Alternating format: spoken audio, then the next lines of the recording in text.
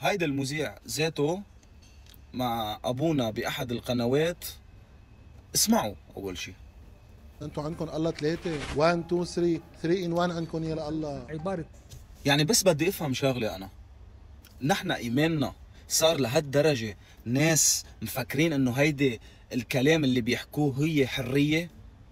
هل هيدي حريه شخصيه؟ انت اليوم عم تحكي كلام فيه قله ادب وقله ضمير وقله ايمان وقله اخلاق، لحتى انت توصل لمرحله تقعد تعمل تتمسخر على ايمان شخص، تحكيه بهيدا الطريقه. اول شي مين انت؟ مين انت خيي؟ شو خصك ما تكون اعلامي، ما تكون مذيع، شو ما كنت تكون؟ انت ما فيك بهيدا الطريقه تسال اسئله لخوارنا عنا او لاي شخص قدام ملايين البشر وانت مش فهمان الايمان المسيحي.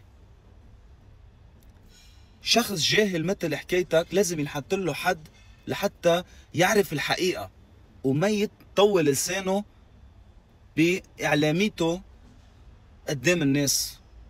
مش هيك بيسالوا اسئله.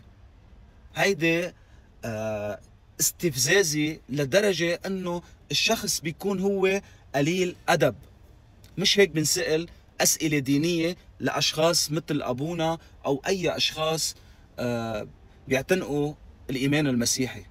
ايماننا نحن بيننا وبين ربنا، انت ما خصك فيها.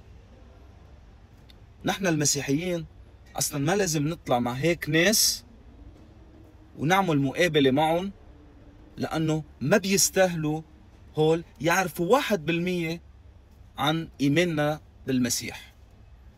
علاقتنا مع ربنا علاقه روحيه وفيها ايمان وروح القدس، ما فيك تفهمها لا انت ولا شيوخك ولا اكبر ناس انت بتعبدهم.